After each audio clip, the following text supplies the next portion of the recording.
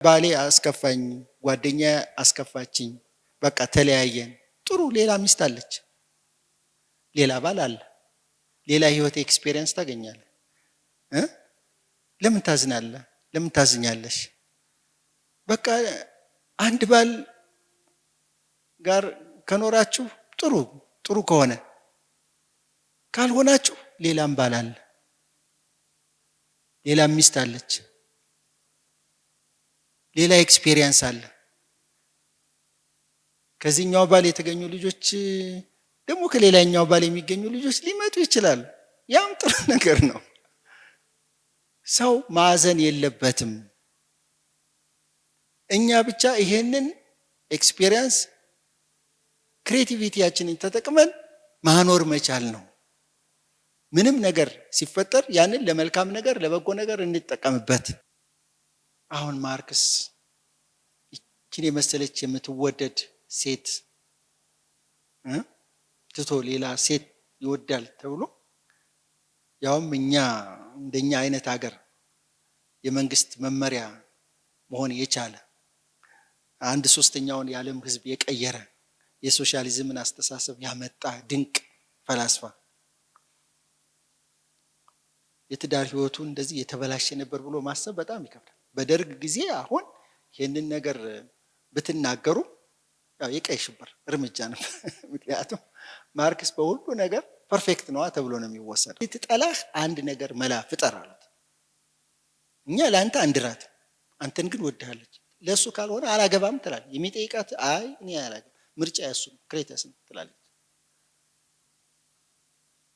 መጨረሻ በቃ አይ ችግር የለው እኔን እንድትጠላኝ አረጋታለሁ አለ። ለዚህማ ምንም አትጨነቁ አላቸው። አዛ በቃ ተሰብስባችሁ ጠብቁኝ፣ ሁለተኛ አይኔን አታየውም አለ። ምንድን ያደረገው እሱ? ልክ በተሰበሰቡ ቤተሰቦቿ ጓደኞቿ ምናምን መሀል ቁጭ ብላ እያለች ሲኒክ ነው ችግር የለበትም፣ ልብሱን አውልቆ እርቃኑን መሀላቸው ላይ ሄደና ቁጭ ይሄ ነው የምትወጂው ሰው ገላው ይሄ ነው፣ ድንክ ነኝ፣ ጎባጣ ነኝ፣ መልኬ አያምርም፣ ምንም የለኝም፣ ያለኝ ነገር ይሄ እርቃኔ ነው። ይሄንን ገላ በምን መንገድ ልትወጂው ትችያለሽ?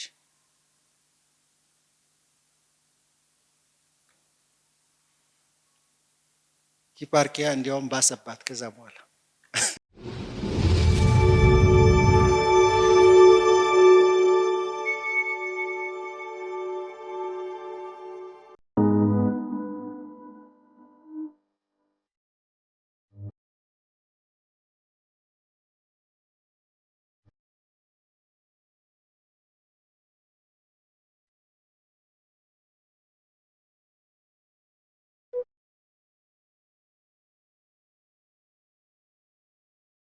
መጀመሪያ እንደ ርዕስ ለማንሳት የፈለኩት አሰች ፍቅር የፍልስፍና ርዕሰ ጉዳይ ነው ወይ የሚለውን ብናይ የተሻለ ነው።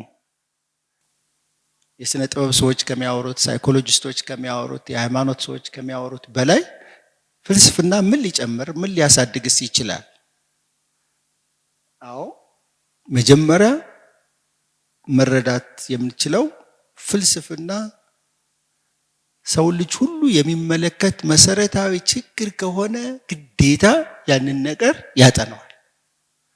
ግዴታ ትኩረቱ አድርጎ ጊዜውን መስዋዕት አድርጎ አንድ ፈላስፋ ትንተና ይሰጣል። ያ የሚሰጠው ትንተና ደግሞ በዛ አግባብ የሚገለጽበት ቋንቋ ደግሞ ሳይኮሎጂስቱ ከሚገልጸው የሃይማኖት ሰውም ከሚገልጸው የተለየ ይሆናል። ፍቅርን በሌላ ፐርስፔክቲቭ እንድንረዳ ያደርገናል። ፍልስፍና ከሁሉ በላይ ልንረዳው የሚገባው ነገር እንደ ሳይንስም አይደለም፣ ሃይማኖትም አይደለም። ፍልስፍና የራሱ ነገሮችን የሚረዳበት የሚገልጽበት መንገድ ሌላ ነው፣ ህሊናዊ ነው። የሰው ልጅ የማገናዘብ አቅም ተጠቅሞ የሚያወጣው ዕውቀት ነው። የምክንያታዊ አስተሳሰብ ውጤት ነው ፍልስፍና። ላብራቶሪ የለውም ፍልስፍና። ዳታ አይሰበስብም ፍልስፍና። እምነት የለውም። ዱዚስ ዶን ዱዚስ አይልም። ፍልስፍና የአእምሮ የማገናዘብ፣ የመረዳት፣ የመተንተን አቅምን የሰው ልጅ አእምሮ ነገሮችን በጥልቀት ተረድቶ ምክንያታዊ በሆነ መንገድ በመጠቀም የአእምሮን ችሎታ አእምሮ እስከየት ድረስ ሊያስብ ይችላል ስንል የምናገኘው ፍልስፍና ጋር። እስከዚህ ድረስ ሰው ምንም አይነት የሳይንቲፊክ ቱል ሳይጠቀም ምንም አይነት መረጃ ሳይሰበስብ ሰው ቁጭ ብሎ የአእምሮ የመረዳት አቅሙን የማገናዘብ አቅሙን አንዱን ከሌላው ለይቶ አንዱ ከሌላው የሚመሳሰልበትን ተረድቶ መግለጽ መቻል በጣም ከባድ ነው፣ ፈታኝ ነው። ጊዜን መስዋዕት ማድረግ ብቻ ሳይሆን ከሰው ራሱ ለተለይቶ ብቸኛ ሆኖ ከራሱ ጋር ሰው ከራሱ ጋር ታግሎ የሚያመነጨው ጨምቆ የሚያመጣው ዕውቀት ነው። እንደዚህ አይነት አስተሳሰብ ስለ ፍቅር ምን ሊነግረን ይችላል? ፈላስፋ ምንድን ነው የሚያፈቅረው? የሆነን ሰው ወንድም ሴትም እናፈቅራለን። ቆንጆ አበባ ስናገኝ እንኳን ደስ ይለናል፣ እንወዳለን፣ አገራችንን እንወዳለን እንላለን። የሰው ልጅ መልካም ውጤቶች፣ መልካም ተግባሮችን እንወዳለን። የሚወደዱ ነገሮች የራሳቸው እንዲወደዱ የሚያስችላቸው ነገሮች አሉ። ውበት ከሆነ ውበት ነው። መልካም ነገር ከሆነ ሰዎች መልካም ነገራቸውን በጎ ተግባራቸውን እናደንቃለን። ማድነቅ ፍቅር ያስይዛል። እንድንድነቅ የሚያደርገን ሰብእና ሰዎችን እንድንወዳቸው ያደርገናል። ፍልስፍና መሰረታዊ ነገሩ ምንድነው? አብዝቶ አንዳንድ ጊዜ ከልክም በላይ በሚመስል ሁኔታ አዲስን ነገር መረዳት ይወዳል። ፍልስፍና ዕውቀትን አፍቃሪ ነው፣ ጥበብን አፍቃሪ ነው፣ አዳዲስ አስተሳሰቦችን አፍቃሪ ነው። አንድ ፈላስፋ ህይወቱ በሙሉ ዕውቀትን በመፈለግ የተሞላ ነው። ከፈላስፋዎችም ሆነ ከሌሎች አንፃር ወደ ፍቅር ጉዳይ ስንመጣ ያው የተለመዱ አገላለጾች አሉ። ፍቅርን 3 ቦታ ይከፍሉታል። አካላዊ ፍቅር፣ ቁንጅና የምንለውን ነገር ኢሮስ ይሉታል።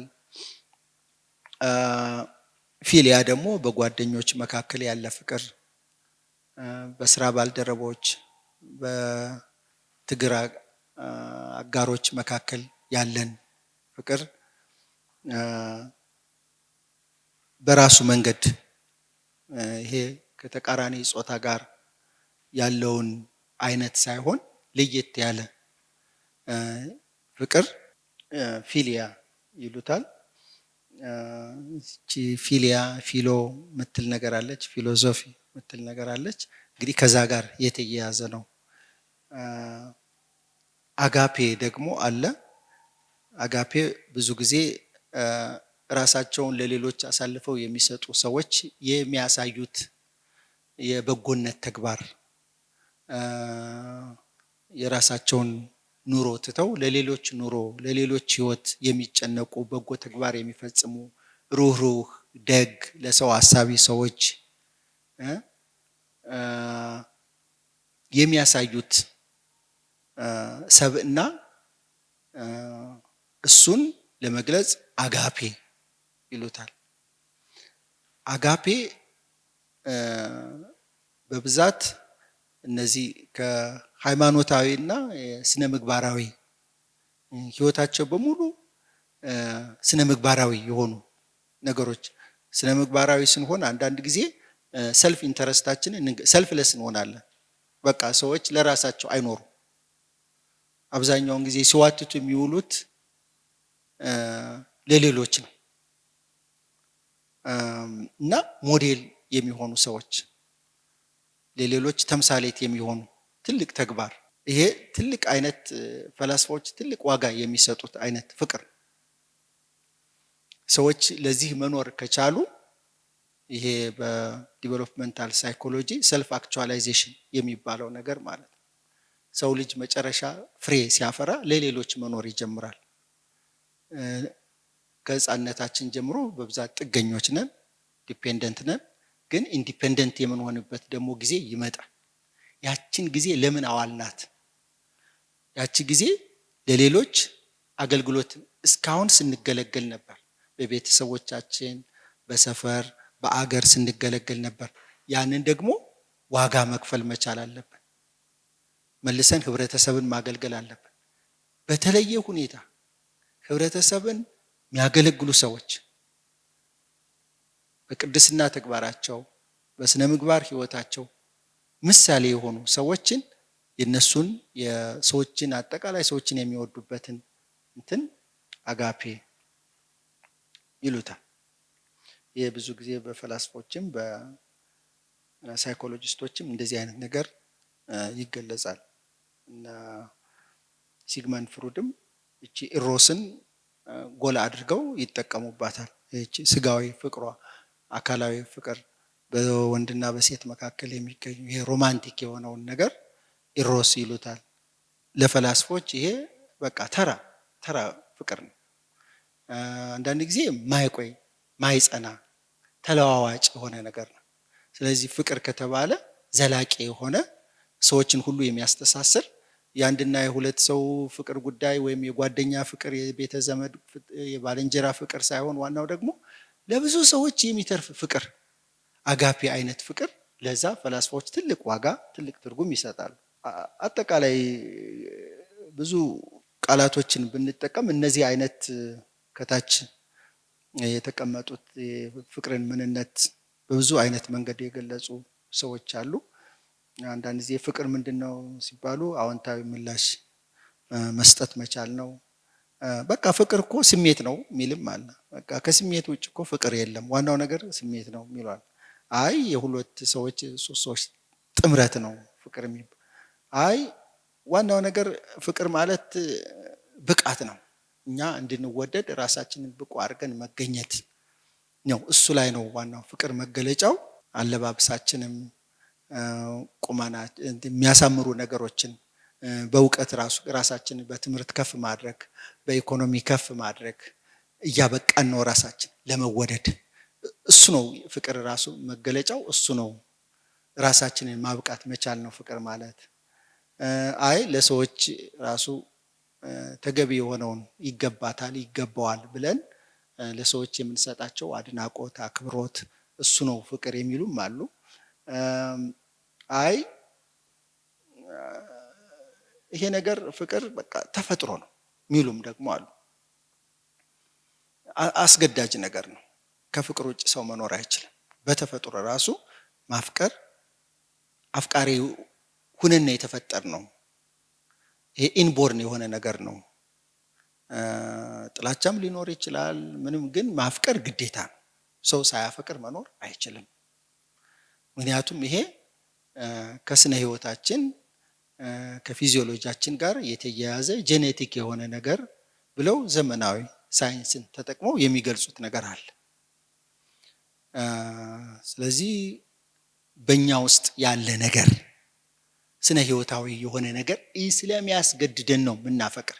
ግዴታ ምርጫ አይደለም፣ ሶሻል አይደለም፣ መብትም አይደለም። በቃ ግዴታ ተፈጥሮ ታስገድደናለች ሌላን ሰው እንድንወድ።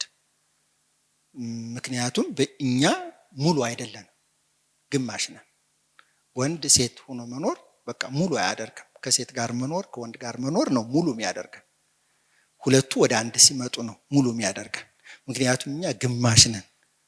ስንወልድ እንኳን ግማሽ 23 ክሮሞዞም ከወንድ ደግሞ 23 ከሴት 23 ክሮሞዞም ሆኖ ነው ሰው የሚሆነው። 46 ክሮሞዞም ሆኖ ነው ሙሉነት የሚመጣው። ከዛ በኋላ ነው፣ ከፍቅር በኋላ ነው፣ ከጋብቻ በኋላ ነው። ተለያይተን ስንኖር ልክ አይደለም። ወንድ ብቻውን ሲኖር ሴት ብቻውን ሲኖር ልክ አይደለም። ተፈጥሮ እንደዚህ ሆነን እንድንኖር አያስገድደንም። የሚያስገድደን አብረን እንድንኖር ነው። ከዚህ ውጭ መሆን ማለት ከተፈጥሮ ውጭ መሆን ነው። ሰዎች በራሳቸው ምርጫ ገዳም ውስጥ ሊገቡ ይችላል። ግን ይሄ ተፈጥሯዊ አይደለም። ተፈጥሮ ወንድ ሴትን፣ ሴት ወንድን አንድ ላይ ሆኖ እንዲኖሩ ነው። ያ ደግሞ ግዴታ የጂኖቻችን የሚፈጥሩት ኃይል ማለት ሰርቫይቫል ነው። ጂን በተፈጥሮ የዘር ንጥረ ነገሮቻችን በተፈጥሮ መኖር ይፈልጋል፣ መሞት አይፈልግም። እኔ ስሞት አብሮ ዘር እንዲጠፋ አይፈልግም። ሪፕሮዳክሽን የግድ አስፈላጊ ነው። የጂን ንጥረ ነገሮቻችን በጣም የሚገርሙ አይነት ነገሮች ናቸው። ባህሪያቸው ራሱ ምንድነው? መጥፋት አይፈልጉም። መኖር የነሱ ስራ መኖር ነው። ስለዚህ ለመኖር ምን ያስፈልጋቸዋል? ሪፕሮዳክሽን ያስፈልጋቸዋል። ሪፕሮዳክሽን ውስጥ ለመግባት ፍቅር ውስጥ እንገባለን። ስለዚህ ፍቅር የምን ውጤት ነው? የጂኖች ውጤት ነው ማለት ነው። እኛ አሁን እንደዚህ ተሽቀርቅረን ምናምን ለመወደድ ምናምን እኛ የምናደርገው ዝም ብለን በፍላጎታችን የምናደርግ፣ ጂኖች ከውስጥ የሚፈጥሩት ነገር ነው። ክሮሞዞም ሲባል አሰራሩ ከእናቶቻችን ማህፀን የተፈጠርንበት ሂደት ራሱ ትግል ነው። ራሳቸውን ለማኖር በኤክስ እና በዋይ ክሮሞዞም መካከል ያለው ጦርነት በጣም አንዱ ዶሚናንት ሌላው ሪሴሲቭ ለመሆን ያለው ትግል በቃ የዓለም ጦርነት በሉት። አንዱ አሸንፎ ዶሚናንት ይሆናል። ወይ የእናታችንን መልክ እንመስላለን ወይ አባታችንን መልክ እንመስላለን። ይሄ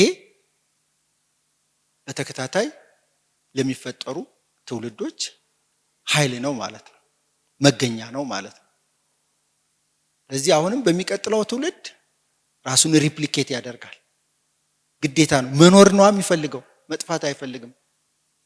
ስለዚህ የዛ ውጤት ነው ፍቅር። ምንም ማድረግ አንችልም፣ ሳናፈቅር መኖር አንችልም፣ ተገደናል። ይሄ እንደዚህ አይነት አስተሳሰብ በነ ፕሌቶ ዘመንም ነበረ። ያው በግል ከፈለጋችሁ ተሰጣችኋለሁ። እንዲያውም ምንድነው የሚለው? to make one out of two heal the wounds of human nature ይላል። the wounds of human nature ፕሌቶ ነው የሚለው። እንግዲህ ከ2500 ዓመት በፊት ማለት ነው። ሰው ብቻውን ሲኖር ድካም ነው፣ እንዲያውም ምንድነው ህመም ነው የሚለው። ቁስል በቃ ተሸክሞ ህመም ተሸክሞ መኖር ማለት ሰው ብቻውን ቢኖር ማለት። ያንን ቁስል የምንደፍንበት የምንታከምበት ነገር ነው፣ ሙሉ የሚያደርገን ነገር። አንድ ሰው ብቻውን ሲኖር ታሞ ነው የሚኖረው፣ በስሜት ጉዳት ታሞ ነው የሚኖረው። ስለዚህ የግድ ሴት ታስፈልገዋለች። ስለዚህ የግድ ወንድ ያስፈልጋታል።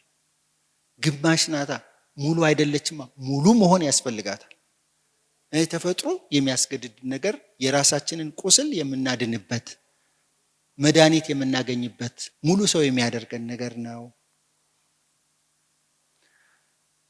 ከነዚህ ደግሞ አይነት አስተሳሰቦች ወጣ ብለን ሰፋ አድርገን ስናየው ምን ምን አወሩ ፈላስፋዎች ስለ ፍቅር?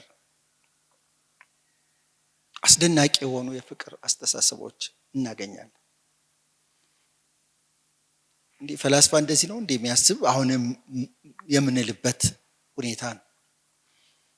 አሁን ሳይኮሎጂስትም ምንም የሃይማኖት ሰውም የስነ ጽሁፍ ሰው ከሚገልጸው ለየት ያለ ነገር ነው አሁን ፍልስፍና ውስጥ የምናገኘው። እንዲሁ ጥቂት ብቻ ሼር አደርጋቸዋለሁ የአንድ የሁለት ፈላስፋዎች።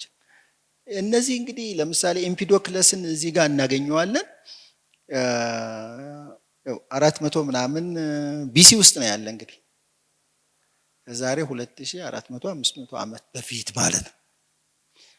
ይህ ሰው ፕሪሶክራቲክ ካቴጎሪ ፕሪሶክራቲክ ፊሎሶፊ ከሶቅራጥስ በፊት ከነበሩ ፈላስፋዎች የሚመደብ ሰው ነው። ዓለም ከአራት መሰረታዊ ነገሮች ነው የተፈጠረችው ብሎ የሚያምን ሰው ነው። ግን አንድ ቃል ተጠቅሟል። ለመጀመሪያ ጊዜ ላቭ የሚል ነገር ተጠቅሟል። ለሱ ላቭ ኢሞሽን አይደለም። ላቭ ዝም ብሎ ወንድና ሴት የሚዋደዱበት ጉዳይ አይደለም። አጠቃላይ የህዋ ስርዓት ነው የሚለው። ስለዚህ ፍቅር አገኘው ፍቅር አጣው የሚል ቋንቋ በቃ ተገቢ አይደለም። ይሄ የኛ ብቻ አይደለም። አጠቃላይ የተፈጥሮ ስርዓት ነው፣ የህዋ ስርዓት ነው።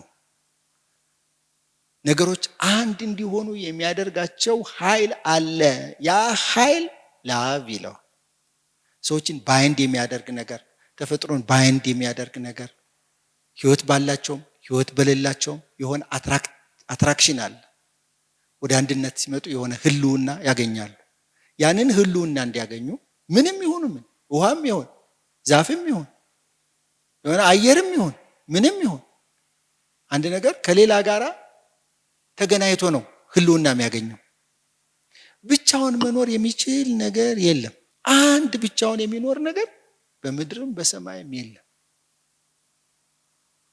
ጥሩ ብላችሁ መጥራት ትችላላችሁ? አንድ ብቻ ሆኖ የሚኖር ሌላ ነገር ከሱ ጋር የሌለ አንድ ሰው አንድ ዛፍ እንላለን። በእኔ አንድ ሰውነት ውስጥ ስንት ነገር አለ? ስንት አጥንት አለ? ስንት ቲሹ አለ? ስንት ማሰል ስትራክቸር አለ? ብዙ ነው። በአንዱ ውስጥ ብዙ ነገር አለ። ግን በእኔ ውስጥ ያለው የተለያዩ ነገሮች አንድ ሆነው እኔን ህያው አድርገው እንዲያኖሩኝ የሚያስችላቸው ኃይል አለ። ያንን አንድ የሚያደርግ ኃይል ላቭ ይለዋል። እነዚህ ደግሞ የሚለያዩበት ጊዜ ደግሞ አለ። ያ ኃይል የሚጠፋበት የሚደክምበት ጊዜ አለ። ስትራይፍ ይመጣል። አንዱ ከሌላው የመለየት ይመጣል። ያ ደግሞ የፍቅር ተቃራኒ ነው። ነገሮችን አንድ የሚያደርገው ነገር የሚጠፋበት ጊዜ አለ።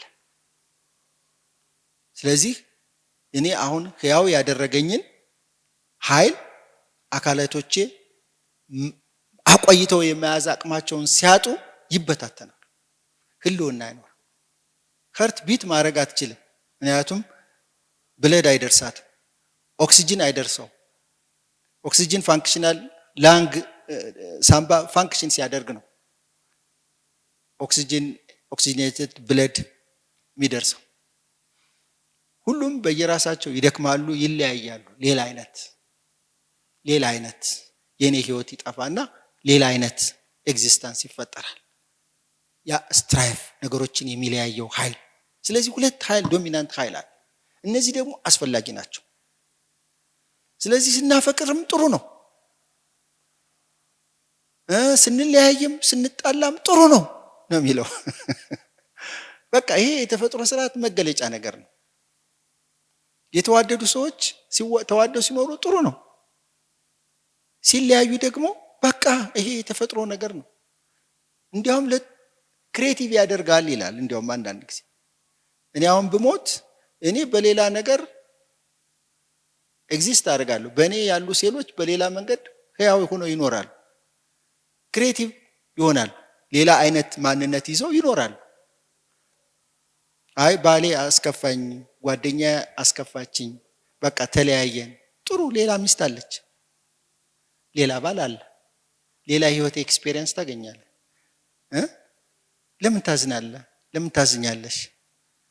በቃ አንድ ባል ጋር ከኖራችሁ ጥሩ ከሆነ፣ ካልሆናችሁ ሌላም ባል አለ፣ ሌላ ሚስት አለች፣ ሌላ ኤክስፒሪየንስ አለ። ከዚህኛው ባል የተገኙ ልጆች ደግሞ ከሌላኛው ባል የሚገኙ ልጆች ሊመጡ ይችላሉ። ያም ጥሩ ነገር ነው። ሰው ማዘን የለበትም። እኛ ብቻ ይሄንን ኤክስፒሪየንስ ክሬቲቪቲያችንን ተጠቅመን ማኖር መቻል ነው። ምንም ነገር ሲፈጠር ያንን ለመልካም ነገር ለበጎ ነገር እንጠቀምበት። ስለዚህ በሰው ልጅ ላይ አዲስ ነገር አይከሰትም። ስንወድም ስንጣላም ስንለያይ አዲስ አይደለም፣ የተፈጥሮ ስርዓት ነው። ላቭ ኢዝ ኤ ዩኒቨርሳል ፓወር። ኮስሞሎጂካል ላቭ ነው፣ ህዋዊ ፍቅር ነው። ይሄ ፍቅር የህዋ ባህሪ ነው። ህዋ በዚህ አይነት እንቅስቃሴ ውስጥ ተርኖቨር ውስጥ የምትገባ ላቭ ስትራይፍ ስላለን መዋሃድ አለ፣ አንድ ሆኖ መኖር አለ፣ መለያየት አለ። ይሄን የህዋን መልክ መፍጠር አስቻለ። ሌላው እንግዲህ ረቀቅ ያለው ደግሞ ፍልስፍና የፕሌቶዊ ፍቅር ፕላቶኒክ ላቭ የሚባለው ነው። ኢንተረስቲንግ። አሁን እንግዲህ ወደ ያው የጥንት ፈላስፎች ነው ብዙ ጊዜ ያው የምንጠቀምባቸው ፋውንዴሽናል ስለሆኑ በቅርብ ጊዜ እንደ ሶቅራጥስ እንደ ፕሌቶ አይነት ፍልስፍናን ፍቅርን የፍልስፍናው ርዕሰ ጉዳይ ያደረገ ብዙ ፈላስፎች የሉም። ብዙ ጊዜ ዞሮ ፕሌቶ ጋር ነው የሚሄዱት እና የሱን ነገር ማየትም ተገቢ ነው። ፈላስፋ እውነት ጊዜያቸውን ካልገደሉ እውነት ፈላስፋ እንደ ሰው ነው አይደለም። ስለዚህ የፈላስፋ ፍቅር ምን ይመስላል? ሴት አይወዱም እንዴ? በብዛት ወንዶች ናቸው። ሴቶችም አሉ። ሴት በጣም ቆንጆ ፈላስፋዎች አሉ። ቆንጆ አፍቃሪዎችም አሉ። ዋናው ነገር ይሄ በህዝብ ዘንድ ያለ ዝም ብሎ የተሳሳተ ግንዛቤ አለ።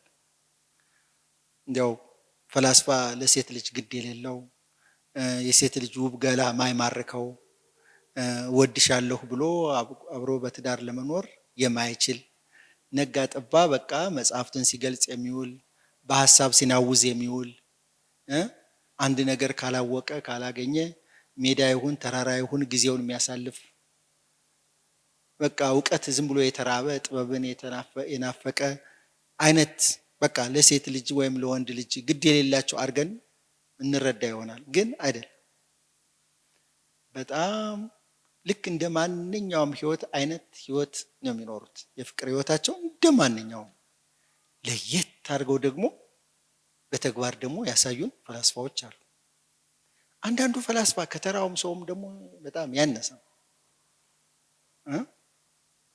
አንዳንዱ ፈላስፋ ከረር ብሎ ከሴት ርቆም ይኖራል። እንዲህ ድርቅ ብሎ ሴት እንድትደርስበት ማይፈልግ ፈላስፋ አለ። ጊዜውን በሙሉ ለፍልስፍና ይሰጣል። በጣም ህይወታቸው በጣም ኑሯቸው የተመቸ ሽቅርቅር ብሎ የሚኖሩ ባለባበሳቸው በመልካቸው በምናምን እንዲህ ዴካርት አይነት ውብ ይሆን ሴት ሁሉም ይወዳቸው፣ ግን ሴት ማይፈልጉ በቃ ፍልስፍና ነው የነሱ እርካታ። ካንት አለ ለሚበላባት ለሚጠጣባት እንኳን ደቂቃ እንድታልፍበት ማይፈልግ ሰው። እሱን አሁን ስለ ሴት ብታወሩለት አይሰማም። እንደነዚህ አይነት ሰዎች አሉ። ከጥንት ኤፒክረስ አሉ። አሁን ኤፒክረስ ደስ የሚለው ነገር የሴት ፍቅር ምናምን ሳይሆን በቃ እንደዚህ ጓደኛሞች የሰፈሩ ሰው ወንዶች ሴቶች ተሰብስበው ስለ ዕውቀት ማውራት ዕውቀትን መካፈል በዛ ያመሻል በዛ ያነጋል። ሁልጊዜ ከሰው ጋር እንደተሰበሰበ ነው። ሁልጊዜ ሲሰበሰብ ሁልጊዜ ስለ ዕውቀት ሌላ ነገር የለም። ኤፒክረስ ለምንድነው ማታገባ ብትሉ ለምንድነው ማገባ ነው የሚላቸው። ሴት ልጅ ለፍቅር ነው አይደለም እኔ ደግሞ መወደዋለኝ ነው የሚልህ። እንደነዚህ አይነት ሰዎች ጆሮአቸውን ብትቆርጧቸው ለሴት ፍቅር ቦታ የላቸው። አንዳንዱ ደግሞ ወፈፌ ነገር አለ። በቃ ሴትን ለተወሰነ ጊዜ ሴት እኮ ብሎ የራሱ ዲፊኒሽን የሰጠዋል፣ ሚኒንግ የሰጣል። ሴት እኮ በቃ እኛን ለመውለድ ነው የተፈጠረችው፣ እኛን ጡት አጥባ ለማሳደግ ነው። ስለዚህ ለምንድን ነው እሷን መወዳት ይላል። በቃ ለኔ አገልጋይ ናት። በቃ ለተወሰነ ጊዜ ካንዷ ይኖራል፣ የተወሰነ ጊዜ ከሌላዋ ጋር ይኖራል። ልጅ ሲወለድ ልጆችን ራሱ ገና ሲወለዱ ድምጻቸውን ሲሰማ ጥሎ ከሀገር ይጠፋል። እንደዚህ አይነት ፈላስፋ አለ። ግን በጣም ጎበዝ ጂኒየስ የሆኑ ፈላስፎች ናቸው እኮ።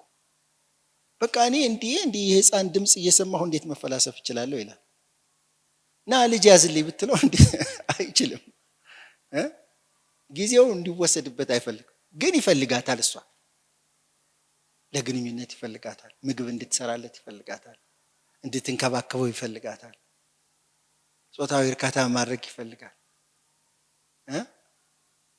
ከዛ ውጭ እስቲ አብረን እንኖር፣ አንተም አጋሬ ሆነ እኔም አጋሬ ልሆን ምናምን አብረን እንኖር የለም፣ አይሰማም፣ ጥሎ ይጠፋል። እንደዚህ አይነት ፈላስፋዎች አሉ።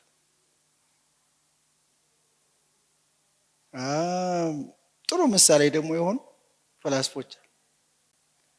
እዚህ ላይ ስዕል ላይ እንደምታዩት አትቅረቢብኝ ማለት ምናምን አይደለም። ግን አስደናቂ ታሪክ ያላቸውን አንድ ሁለት ሶስት ፈላስፋዎችን እናይና ውይይታችንን እንጨርሳለን። ምን እንማር ይሆን? እነዚህ ትላልቅ ፈላስፋዎች የሚኖራቸው የቤተሰብ ህይወት፣ የትዳር ህይወት፣ የፍቅር ህይወት ምን ይመስላል? ምን አደረጉ በህይወታቸው ዘመን ውስጥ? ምን ከነሱስ ልንማር እንችላለን? አስተሳሰባቸው በጣም ብዙ ነው። የሚደነቅ ነገር ነው። ዓለምን የቀየሩ ፈላስፎች ናቸው እኮ። ካርል ማርክስ አገራችንም መመሪያ ያደረገችው ፈላስፋ ነው። ማርክሲዝም ሌኒኒዝም ለዘላለም ይኖር መመሪያችን ነው ምናምን እየተባለ መፈክር እየሰማን እየተናገርን የኖርነ ሰዎች ነው። ግን የትዳር ህይወቱ ደግሞ እዚህ ላይ እንደምታዩት ይሄ በወጣትነቱ ነው። ካርል ማርክስ ይሄ በወጣትነቱ ነው።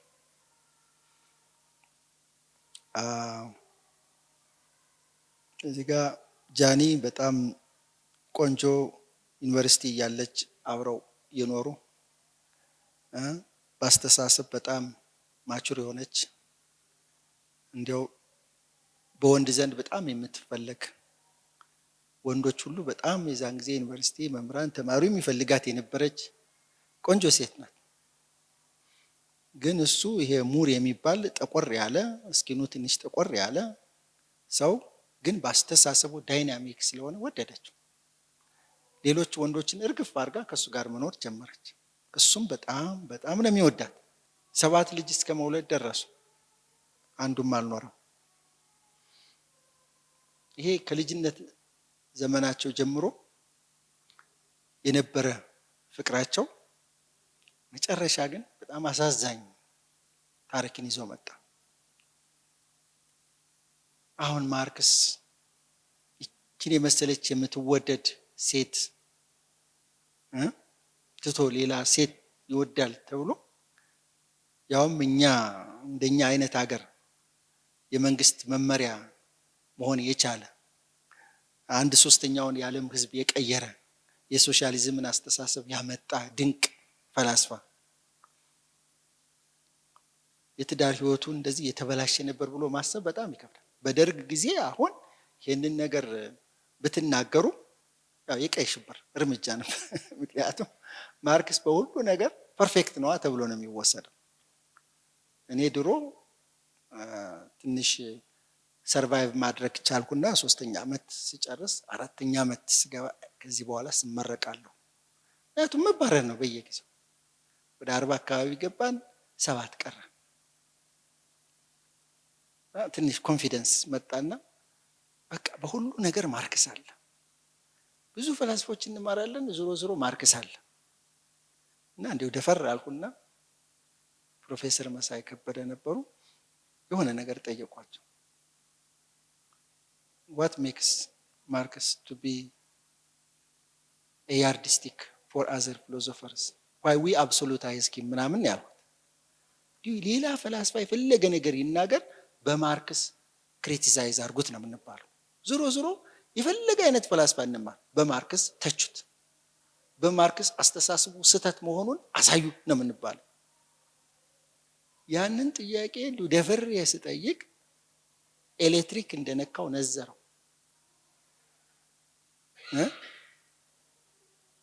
ወንበር ብድግ አረገና አናቴ ላይ ነው የወረወረው። እንደምንም ዝቅ ብያ ሳሳልፍ ጓደኛዬን መጣ። እስከዚህ ድረስ ማርክስ እንግዲህ እንዴት እንደዚህ ትጠይቃላችሁ? እኛ እናንተን እኮ የምናስተምራችሁ በአፍሪካ ውስጥ ማርክሲዝምን ታስፋፋላችሁ ብለን ነው። ኢትዮጵያ ውስጥ ተወስናችሁ እንድትቀሩ አይደል? እንዴት ማርክስን ያለበትን ሊሚቴሽን እንዴት ታወራላችሁ? ጥንካሬውን ማውራት ሲገባችሁ በቃ አለቅን አለ። ጓደኛዬም ጭንቅላቱ መድማት ጀመረ፣ እኔም ተረፉ። ግን ምን ያህል ማርክሲዝም በእኛ በአፍሪካ እንኳ አንድ ቃል እንኳን ስለ አፍሪካ አላወራ ማርክስ፣ አንዲት ቃል የለችው። ግን ኢትዮጵያ ሌላውም ሀገር መመሪያ ነው ትላለች። ምንም እኮ ያለው ነገር የለም። እንዲያውም ለአፍሪካ ኮሎኒያሊዝም ነው የሚያስፈልግ ተሎ እንድታድግ በአውሮፓ ብትወረር ይሻላል፣ በቅኝ ግዛት ብትያዝ ይሻላል። ቶሎ ብላ ወደ ኢንዱስትሪያላይዜሽን ወደ ካፒታሊዝም ትሸጋገራለች። አሁን በጣም ኋላ ቀር ኑሮ ውስጥ ነው ያለች። ስለዚህ እንድታድግ አውሮፓያኖች አፍሪካን የያዙ የሚል አይነት ሰው ነው። ይህን ነው እኮ መመሪያ ያደረገችው ሶሻሊዝም ምናምን እኩልነት ምናምን ስለሚል ታላላቅ ምሁራን እስከዚህ ድረስ ማርክስን ያመልኩታል።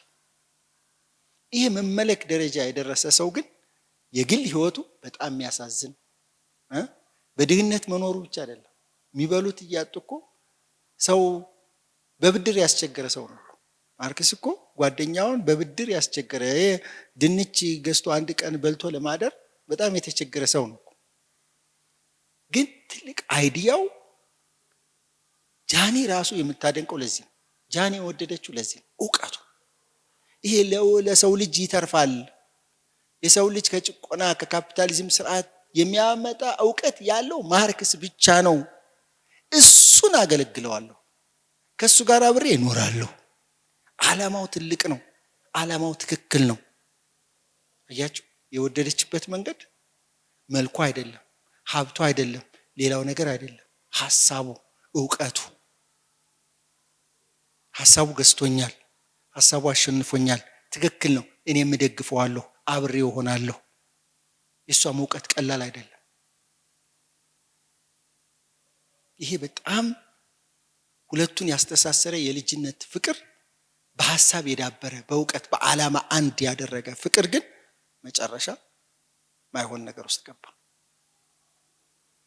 ማርክስ ከቤት ሰራተኛው ጋር ወሰለተ።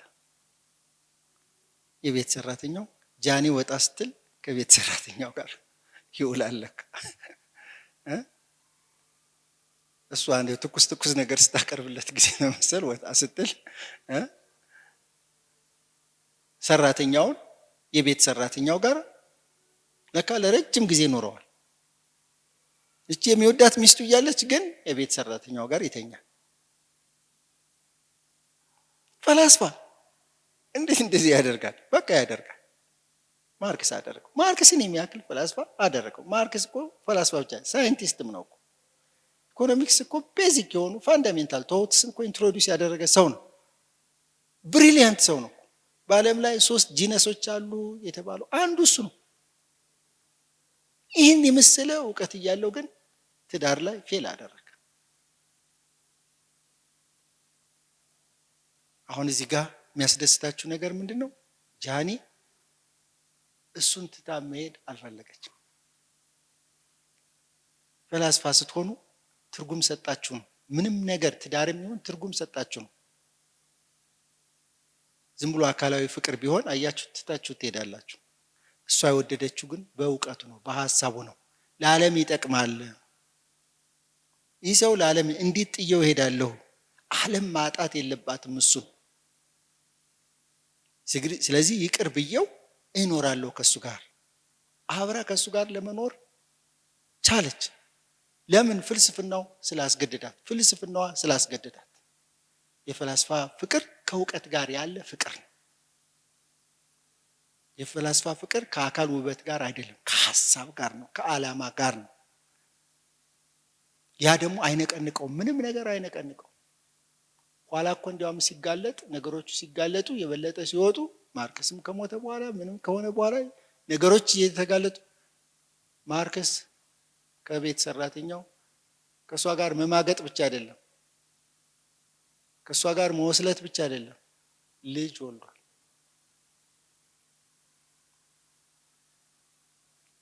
የበደሉ በደል ያንን ልጅ በሱ ስም አይደለም። የማን ልጅ አድርጎ ነው ሲናገር የነበረው? የጓደኛው የፍሬድሪክ ኤንግልስ በጣም ክሎዝ ፍሬንዱ ኤንግልስ ነው። እሱ የእሱ ልጅ ነው ብሎ ነበር ሲናገር የነበረው። ልክ እንደ የኤንግልስ ልጅ ተደርጎ ነው የሚወሰደው። ኋላ እሷም አወቀች። ምን ታደርገው? ሁሉ ነገር አለ። እስከዚህ ድረስ ፈላስፋ ስህተት ይሰራል። ፈላስፋም ደግሞ በእውቀቱ ያለውን ነገር አስተካክላ መኖር ቻለች። አላዘነችም። ምክንያቱም ማርክስን ስትመርጠው በእውቀቱ ነው። ዋናው እውቀቱ ነው ያገናኛት። የመረጠችውም በእውቀቱ፣ በመልኩ አይደለም። በሌላው ነገር እሷን ዝንጥ አድርጎ ማኖር የሚችሉ ሀብታሞች፣ ዩኒቨርሲቲ ፕሮፌሰሮች ምናምን እኮ ስንት ነገር ትለምናለች። አልፈልግም ያለ። ስለዚህ ዓላማዋን አልጣለችም። ፍቅር ዓላማውን አያስጥልም።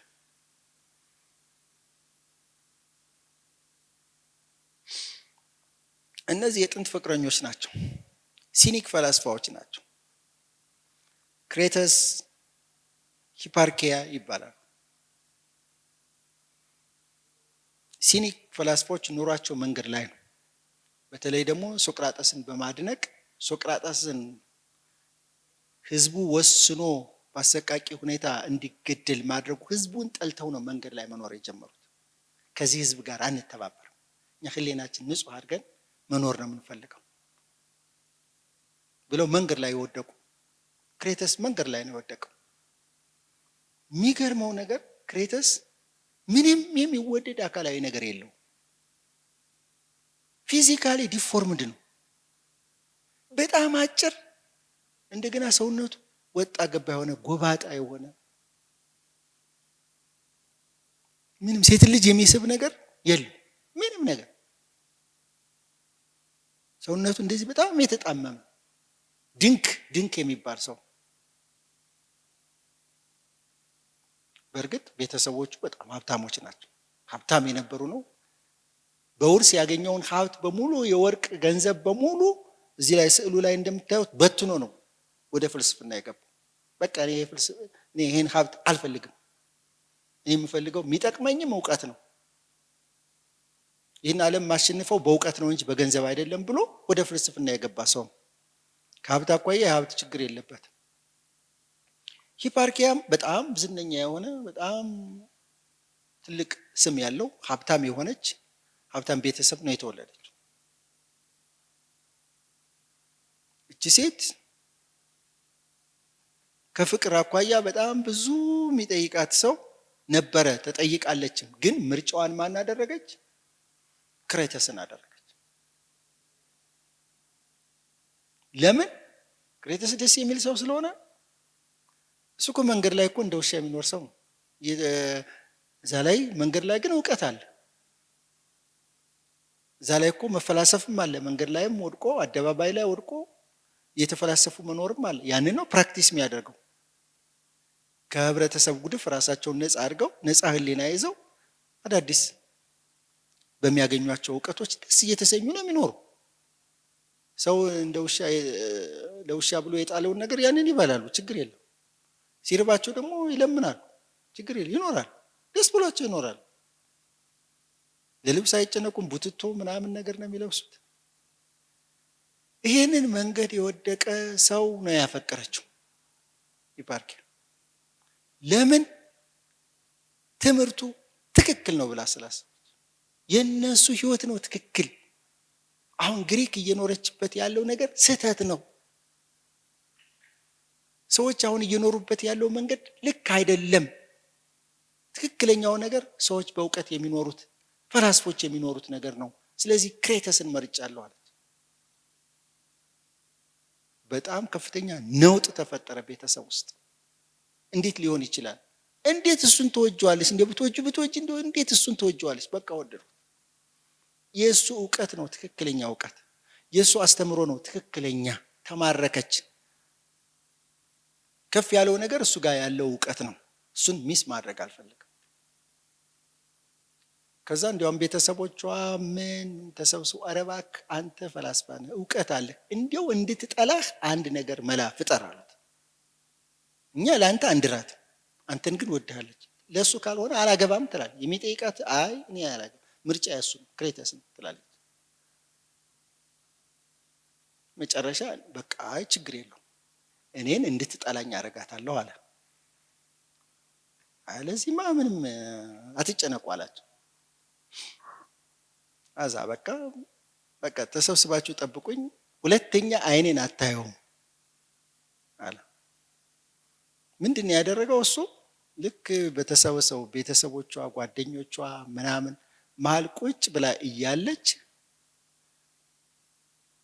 ሲኒክ ነው ችግር የለበትም፣ ልብሱን አውልቆ እርቃኑን መሀላቸው ላይ ሄደና ቁጭ። ይሄ ነው የምትወጂው ሰው ገላው ይሄ ነው፣ ድንክ ነኝ፣ ጎባጣ ነኝ፣ መልኬ አያምርም፣ ምንም የለኝም፣ ያለኝ ነገር ይሄ እርቃኔ ነው። ይሄንን ገላ በምን መንገድ ልትወጂው ትችያለሽ?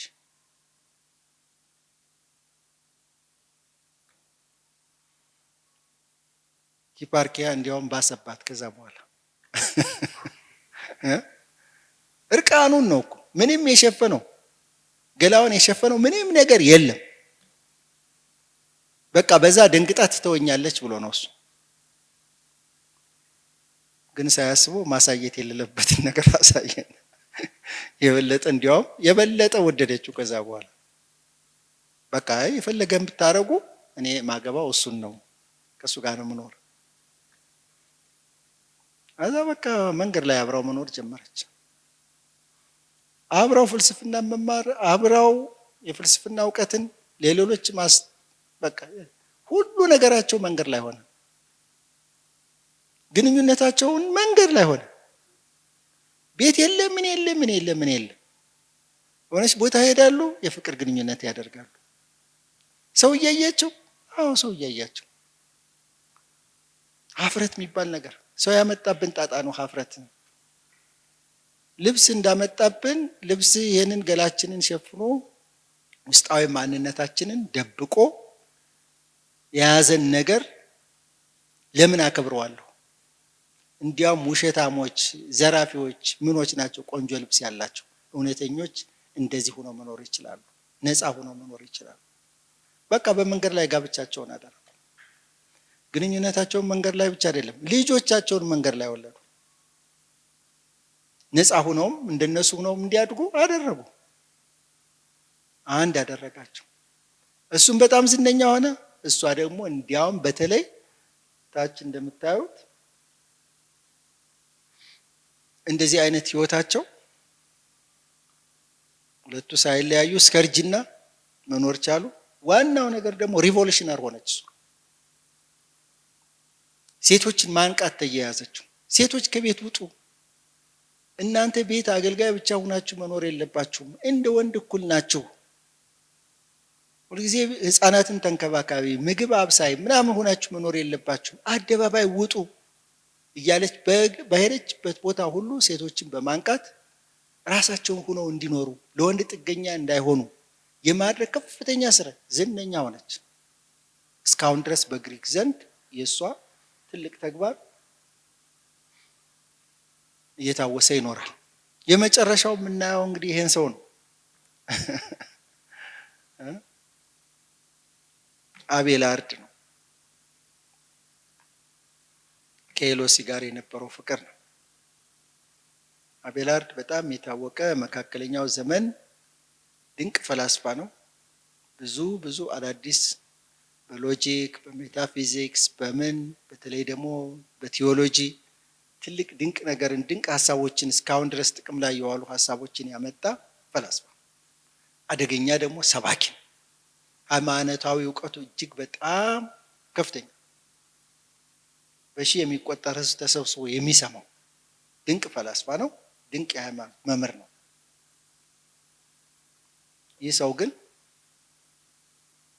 የራሱን ክብሩን ጠብቆ ሃይማኖታዊ ክብሩን ጠብቆ እያስተማረ ከሴቶች ራሱን ጠብቆ በፍቅር እንዳይወድቅ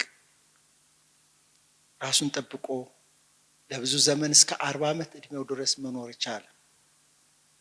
ልክ 40 ዓመት ምናምን ሲሆነው ግን የሆነች ድንቅ ወጣት ሴት አየ። በተለይ ደግሞ ከእድሜው ግማሽ የምትሆን 20 ዓመት እንኳን ያልሞላት ወጣት ኤሎሲን አየ። ከዛ በኋላ የአቤላርድ ነገር ተቀየረ።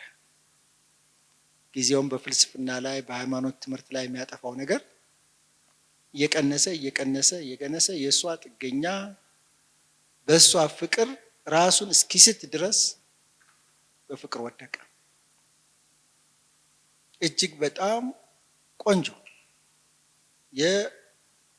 በቤተሰቧ በኩል ዝነኛ የቤተ ክርስቲያን አስተዳዳሪና የሀገሩ አስተዳዳሪ የነበረ የእሱ ልጅ ወይም የእህት ልጅ ተብሎ ነው የሚወሰደው። ያ ቤተክርስቲያን አስተዳዳሪ ሲሆኑ ሰዎች ልጅ ይወልዳሉ፣ በድብቅ ይወልድና አባትነቱን ለሌላ ይሰጣሉ። ያው ያለ ነገር ነው እና እሱ የእህቴ ልጅ ናት ነው የሚለው፣ ግን ያው የእሱ ልጅ እንደሆነች ነው የሚታመነው። እና ወጣትነቷ ብቻ ሳይሆን ድንቅ እውቀት በዛ እድሜዋ 20 ዓመት ሳይሞላት ግሪክ፣ ላቲን የመሳሰሉ ቋንቋዎችን መናገር ትችላለች። ሌላም ቋንቋዎችን መናገር ትችላለች። የፍልስፍና እውቀቷ በጣም የሚደነቅ ነው። መንፈሳዊ እውቀቷ በጣም የሚደነቅ ነገር። እንዴት በዚህ አይነት እድሜ ደረጃ እንደዚህ ያውቃል ሰው? በተለይ ሴት ሁና ሙሉ ጊዜዋን በትምህርት ነው ያሳለፈችው። ላቲን አቀላጥፋ ግሪክ አቀላጥፋ ነው የምትናገረው። የመተንተን ችሎታ፣ ትርጉም የመስጠት ችሎታዋ ደግሞ በጣም የሚደነቅ ነው። እችን ሴት ከውበቷ በላይ ደግሞ እውቀቷ አስገደደ፣ አሸነፈ። ቁጭ ብሎ ከሷ ጋር ሲወያይ ሌላ ትልቅ መንፈሳዊ እውቀት ካለው ሰው የተሻለ ነገር ነው። ትከራከረዋለች፣ ቻሌንጅ ታደርገዋለች፣ ለረጅም ጊዜ ትከራከረዋለች። እና አንዳንድ ጊዜ አባቷ እያየ ይገረማል፣ ደስ ይለዋል። ልጅ እንደዚህ ሆነችልኝ እንዴ? ይህን ዝነኛ ታላቅ ፈላስፋና የሃይማኖት መምህር እንደዚህ እስከ ማድረግ ቻሌንጅ እስከ ማድረግ ከደረሰች ይልና በሷ ይደነቃል። እየቆየ ግን አቤላርድ እየቆየ ፍልስፍናውም እየተወው መጣ፣ ሃይማኖታዊ እንትኑንም እየተወው ከሷ ጋር መለጠፍ፣ ከሷ ጋር ዝሮ በፍቅር ወደቀ። ቀስ በቀስ እሷም ወደደችው። የፍቅር ህይወታቸው በድብቅ፣ ምክንያቱም እሱ እሷን ካገባ መንፈሳዊ እውቅና አያገኝም። ቤተክርስቲያንን መምህር ሆኖ መስበክ ማስተማር አይችልም። ስለዚህ የግድ በድብቅ መኖር መቻል አለበት። ፍቅራቸውን ድብቅ አድርገው መኖር መቻል አለባቸው። እሷን በጣም ነው የምትጠነቀቅለት። ጾታዊ ግንኙነት ፈጥረዋል። ያ ከታወቀ አለቀለት፣ የአቤላርድ ነገር አለቀለት። በቃ ከቤተ ክርስቲያንም ሊወጣ ይችላል፣ ማስተማር አይችልም። ስለዚህ ምንድነው ያለው? ደብቃ መያዝ አለ። ስለዚህ አንተ ዓለም የምትፈልግ ሰው ነህ። አንተ ብዙ ሰው ልታስተምር ልትቀይር የምትችል ሰው ነህ። ስለዚህ በእኔ ታስረህ መኖር የለብህም። ሰው እኔን ምን ይለኛል? አንተን ከህዝብ ለይቼ፣ ከምሁራን ለይቼ፣ ከቤተ ክርስቲያን ለይቼ ባኖርክ ሰው ምን ይለኛል? ሰው እኔን ነው የሚረግመኝ፣ ሰው እኔን ነው የሚወቅሰኝ። ቤተ ክርስቲያን ትረግመኛለች፣ መጥፎ ነገር ሰራችበት ተብዬ እኔ እወቀሳለሁ። ስለዚህ ሁሉን ነገር ማንም እንዳያውቅ አድርገህ አንተ ለብዙ ሰው መሆን የምትችል ሰው ነህ። በእውቀትህ በሃይማኖትህ ቀጥልበት፣ እኔን ተወኝ፣ ጋብቻ እንዳትጠይቀኝ። በዚህ ሁኔታ ልጅ ተጸነሰ። ልጅ ሲጸነስ ነገሩ ፉልበርት ጋር ደረሰ፣ የእሱ አባት ጋር ደረሰ። ተካድሁኝ ማለት ጀመረ። እሷን አስተምር ብዬ ባቀርብህ እንዴት እንደዚህ ታደርጋለህ? ከባድ ነገር መጣ። ለህልውናው በጣም የሚያሰጋ ነገር መጣ። አሁንም የምስጢራዊ ግንኙነታቸውን ሸፍነው ለመያዝ ምንድነው ያደረጉት? መጨረሻ ሁለቱ ተመካከሩና የለም አሁን በምስጢር ጋብቻ ብንፈጽምም ያው ያ ነገር ምስጢር መሆኑ ቀርቶ ህዝብ አወቀው። እዚህ ህዝቡ በተለይ እሷን እየወቀሰ መጣ። ስለዚህ ምን እናድርግ? እኔ ገዳም ልግባ ትለዋለች። ገዳም ገብቼ የገዳም ስነ ስርዓት ተቀብዬ እዛ ብኖር ይሻለኛል፣ እዛ ብደበቅ ይሻለኛል። አንተ ቀጥል፣ ሌላ ነገር አሁን ምን ገባበት ነገር አይደለም። አብረን መኖር አንችልም። እኔ ራሴን ላግልል፣ አንተም ህዝብህን ደግሞ አገልግል። እቺ ነገር ለፉልበርት ምንድነው ያመጣችው? ተደፈርሁ፣ እንዴት በሚስጥር እንኳን ተጋብተህ መኖር እንዴት አቃተህ? እንዴት ልጅ አስታቅፈህ ገዳም ውስጥ ትከታታለህ? አንተ ነህ ይሄን ሁሉ ያመጣህብኝ፣ አዋረድከኝ፣ ልጄን በክብር መዳር እየቻልኩ አክብርህ ልጄን እንኳን እንዴት መያዝ ያቅተሃል? ስለዚህ ፉልበርት አሁን ለመበቀል ወሰነ። በጣም አደገኛ የሆነ ነገር፣ የሚያስተምር ነገር፣ የኔን ክብር እንደነካህ ያንተንም ክብር እነካዋለሁ፣ አንተም ሰው እንዲጠላህ አደርግሃለሁ፣ እኔን ሰው እንዲጠላኝ እንዳያከብረኝ ነው ያደረክ። አቤላርድ እዚህ ጋር ምንም የሚያውቀው ነገር የለም፣ የታሰበበትን ሴራ አያውቅም። ፉልበርት በሱ ስር ያሉትን ሰዎች ሰበሰበና ይህን ሰው እንዴት አደርጉታላችሁ ብሎ አዘዛቸው። አቤላርድ ምንም የሚያውቀው ነገር የለም፣ ብቻውን ነው ያለ፣ እሷ ገዳም ውስጥ ነው ያለች፣ ሰላም ነው ብሎ ተኝቷል። እሱ ሌሊት 6 ሰዓት ላይ በሩ ተንኳኳ። ማነው? ክፈት፣ እኛ ነን። ከፍቶ ሲያስገባቸው ትላልቅ ቢላዋና ሌላ ስለት ነገር የያዙ ሰዎች ናቸው። ደነገጠ። ምንም ማድረግ አይችልም። እጅ እግሩን አሰሩት። እንደምታዩት እጅ እግሩን አስረው ብልቱን በትልቅ ቢላዋ ቆርጠው ጣሉት። ከዚህ በኋላ አቤላርድ ሆኖ መኖር ይችላል? እንደምንም ከሞት ተረፈ። ከዛ በኋላስ ከሄሎሲ ጋር እንዴት ብሎ ነው የሚኖረው?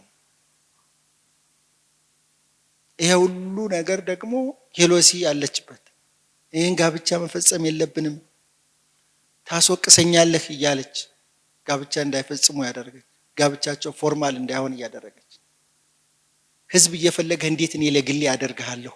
አንተን እኮ ብዙ ሰው ነው የሚፈልግ፣ እንዴት እኔ ለግሌ ለያዝህ? እንዴት ከህፃን ለቅሶ ጋር አብረህ ተቀመጥልሃለሁ? ህዝብ ይፈልግህ አይደለም ወይ? እሷንም ታዝዞን። መጨረሻ ግን ይሄን የመሰለ አሰቃቂ ነገር በአቤላርድ ላይ ተከሰተ። ከዚህ በኋላ እሷ ጋር መኖር አይችልም፣ ጾታዊ ግንኙነት መፈጸም አይችልም። እንደ አስተማሪ ቢቆምስ እንዴት ብሎ? ይሄ ብልቱ የተቆረጠ ነው እኮ የሚባለው፣ መሳቂያ ነው የሚሆነው። እዚህ በኋላ ያለው አማራጭ ሰርቫይቭ ማድረግ ነው፣ ወደ መንፈሳዊነቱ ቀስ እያለ መመለስ ነው። በቃ ከዚህ በኋላ ያለው አማራጭ ምንም ነገር የለም። በሆነች አጋጣሚ ግን የሆነች ዝም ብሎ ከሆነ በጣም የሚቀርበው ጓደኛ ጋር ሀሳብ ይቀያየራሉ። ሀሳብ ሲቀያየሩ ሄሎሲን እንዴት እንደሚወዳት፣ ህይወቱን በሙሉ እሷን አፍቅሮ ቢኖር ምኞቱ እንደነበረ፣ ግን ይሄ መጥፎ አጋጣሚ እንደተከሰተበት፣ ከዚህ በኋላ ህይወቱ እንደ በፊቱ እንደማይኖር፣ በሞትና በህይወት መካከል እንደሚኖር ነገረው እና ይህንን ነገር ሄሎሲ ጓደኛው ያደርሳላታል። ገዳም ውስጥ ነው ያለችው እሷ። ሁኔታውን ዜናውን ሰማች። በጣም አለቀሰች፣ በጣም አዘነች በሱ ላይ በደረሰው ነገር። ምክንያቱም እሷ ስለሆነች በጣም ተጸጸተች። ምንም ማድረግ ግን አትችልም፣ መቀየር አትችልም፣ ቀይረው ነገር የለም። ስለዚህ ሁለቱ ያላቸው አማራጭ ምንድነው? የድሮ ፍቅራቸውን በትዝታ መልክ በደብዳቤ እየተቀያየሩ መኖር። እጅግ በጣም ብዙ ደብዳቤ የጻፉ በዓለም ላይ በቁጥር 1 የሚባሉት እነሱ ናቸው። በአሁኑ የሚያስደንቅ የፍቅር ቃላትን እየተጠቀሙ ብዙ ደብዳቤዎችን በመለዋወጥ ታሪክ አላቸው። መጨረሻ ከብዙ ደብዳቤ መቀያየር በኋላ ሁለቱ ተገናኙ። በቃ አልተውህም አለችው። አንተን አልተውህም፣ አብሬህ እኖራለሁ። ይቅርታ አድርጉልኝና አሁን ለምሳሌ ሴቶች ባላችሁ ይሄ ሁኔታ ቢያጋጥመው ምን ታደርጋላችሁ? ያም በወጣትነት እድሜ ይቅርታ እንግዲህ ነው የምትሉት አይደል? ይቅርታ ከዚህ በኋላ እኔ እንዴት ብዬ አብሬህ እኖራለሁ? ምን ታደርግልኛለህ? ከፍቅሩ በላይ ደግሞ ልጅ እኮ መውለድ አልችልም፣ እኔ ልጅ መውለድ እፈልጋለሁ ይባልና ሰበብ ይፈጠራል። ያው መለያየት ነው አይደል? እሷ ግን እኔ እስከ መጨረሻው አብሬህ እኖራለሁ፣ ድሮም አንተን የወደድኩህ በእውቀትህ በስነ ምግባርህ ነው። ያንተ ብቻ ፍቅር አይደለም የኔም ፍቅር ነው። ስለዚህ ከዚህም በኋላ ቢሆን የተገናኘንበትን ሃይማኖታዊ እውቀት፣ ፍልስፍና እውቀት ይዘን እንቀጥል። አካላዊ ንክኪ ነው የሚቀረው አይደለም? እውቀት ግን ዘላቂ ነው፣ ይቀጥላል። ስለዚህ እውቀታችንን እንቀጥል። እኔም በገዳም ውስጥ ሴቶችን አገለግላለሁ። አንተም ቀጥል፣ አስተምር። እውቀትህን ይዘው እንዳጠፋ እንዳትሞት አስተምረው፣ አስተምርበት። እንደገና አንድ ሁነው በጣም አስገራሚ የሆነ እሱ ራሱ ከዛም በኋላ ያገኛቸው ግኝቶች እስካሁን ድረስ ይሰራል። ሎጂክ ውስጥ ያገኛቸው ፍልስፍናዎች ከዛም በኋላ የመጡ ናቸው። እንዴት ጠንካሮች ናቸው ፈላስፋዎች ነው የምትሉ። ከማህበረሰቡ አልተለየም። በቃ ሰው እኮ አንዳንድ ጊዜ ለአምላኩ ሲል ብልቱን እኮ ይቆርጣል። ገዳም ይገባል፣ ብልታቸውን ቆርጠው ይገባሉ እኮ። በቃ ኖርም ነው የዛን ጊዜ። እንዳውም ገዳም በብዛት አለ፣ የገዳም ህይወት አለ። ስለዚህ ኃጢአት ውስጥ እንዳልገናኝ ምናምን ብሎ ብልታቸውን ይቆርጣል። በቃ ቀጥላለሁ አለ። እሷም አብረው ቀጠለች። ግን ክሪቲሲዝሙ፣ ትችቱ ምናምኑ ሲመጣ በሱ ላይ ያለ የፍልስፍና የቴዎሎጂ ትምህርት ትችት ሲመጣ አሁን ከቦታ ቦታ መንከራተት መጣ። በመሃል በ63 ዓመቱ ሞተ። ብዙም አልቆየች፣ እሷም በ54 ዓመቷ ሞተች። መጀመሪያ የተለያየ ቦታ ነበር የተቀበሩት። መጨረሻ ላይ ግን አጥንታቸው ተሰብስቦ አንድ ቦታ ላይ እንዲቀበሩ ተደረገ። ፍቅር እስከ መቃብር በእነሱ ታየ። የሚደነቅ ፍቅር፣ የፈላስፋ ፍቅር ማለት ይሄ በሀሳብ ላይ የተመሰረተ ፍቅር፣ በዓላማ ላይ በእውቀት ላይ የተመሰረተ ፍቅር፣ ስጋዊ የሆኑ ጥቅሞች ሲጎድሉ ማያኮርፍ፣ ከንፈሩን ማይጥል፣ አይዞህ የሚል፣ ከሚበላው ከሚጠጣው ይልቅ ሀሳቡ ላይ የሚያተኩር፣ መስዋዕትነት መክፈል የሚያስገድድ ፍቅር የፈላስፋ ፍቅር እንለዋለን። ስለዚህ ብዙ ትርጉም ልንሰጠው እንችላለን። ከሁሉ በላይ ግን ፍቅር የመስዋዕትነት ውጤት ነው። ከሁሉ በላይ ደግሞ ደስ ብሎን እንኖር ካልነ ፍቅር ልናገኝ፣ ፍቅር ልንሰጥ ይገባል። ያለ ፍቅር መኖር መታመም ነው። ፍቅርን እንደጠበቅነው ላናገኘው እንችላለን። በትንሹም ቢሆን ግን ፍቅርን መኖር መቻል አለብን። ያ ህይወታችንን ጣፋጭ እንዲሆን ያደርገዋል፣ ደስተኛ እንድንሆን ያደርገዋል፣ ትርጉም ያለው ህይወት። ሶቅራጠስ ምንድን ነው የሚለው? አግባ፣ እንደምንም ብለህ አግባ ነው የሚለው። ሳታገባ መኖር የለብህም፣ አግባ። ጥሩ ትዳር ካገኘህ ጥሩ ነው። መጥፎ ትዳር ካገኘህ ደግሞ የዚችን ዓለም ሚስጥር ለመረዳት አመቺ ይሆንልሃል፣ ፈላስፋ ትሆናለህ። እንደው ነዝናዛ ሚስት ብታገኝ የምትጨቃጨቅ፣ ወጣች በገባች ቁጥር የምትሳደብ ምናምን አይነት ጥሩ ነው። እሱ ደግሞ ለፍልስፍና ይጠቅማል። ዞሮ ጋብቻ ጥሩ ነው አለ። በትንሹም ቢሆን መሞከር፣ በመጥፎም ቢሆን መሞከር፣ ማየት። ዝም ብሎ መቀመጥ ግን ስህተት ነው። ጊዜህን አትግደል። ስለዚህ ጊዜያችሁን አትግደሉ። የፍቅር ህይወት ኑሩ። ፍቅርን ፈልጉት፣ ፍቅርን ስጡ። በዚህ መሃል በተለይ ደግሞ አንድ አርጎ የሚያኖራችሁ ሐሳብ አለ ወይ? ዓላማ አለ ወይ? ሼር የምታደርጉት ነገር አለ ወይ? ያ ካለ እግሯ እንደዚህ ነው፣ ወገቧ እንደዚህ ነው፣ ዳሌዋ እንደዚህ ነው፣ ሀብቱ እንደዚህ ነው፣ ሀብቱ መልኩ እንደዚህ ነው፣ እሱ ሰከንደሪ። አንድ የሚያደርጋችሁ አስሮ የሚይዛችሁ ሐሳብ፣ የምትጋሩት ዓላማ፣ የምትሰሩት ነገር አለ ወይ?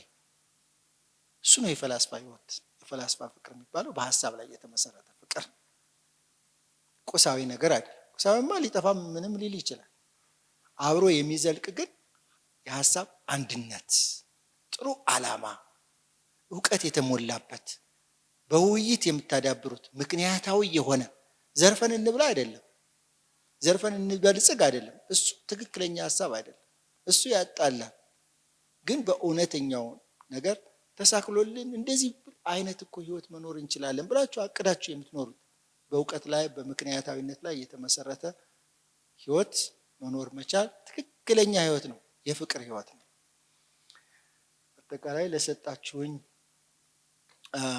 ጊዜ በጣም ነው የማመሰግነው። ምን ያህል ደስ እንዳላችሁ አላቅም፣ ምን ያህል አዲስ ነገር እንዳገኛችሁ አላቅም።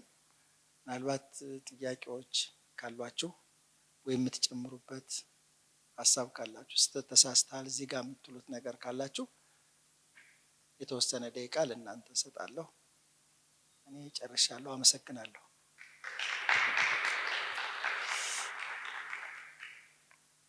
እሺ፣ አመሰግናለሁ። እና የተነሱ ሐሳቦች ደስ የሚሉ ናቸው። ግን እርስዎ እዚህ ላይ ያላነሱት አንድ ሐሳብ አለ ፍቅር ላይ።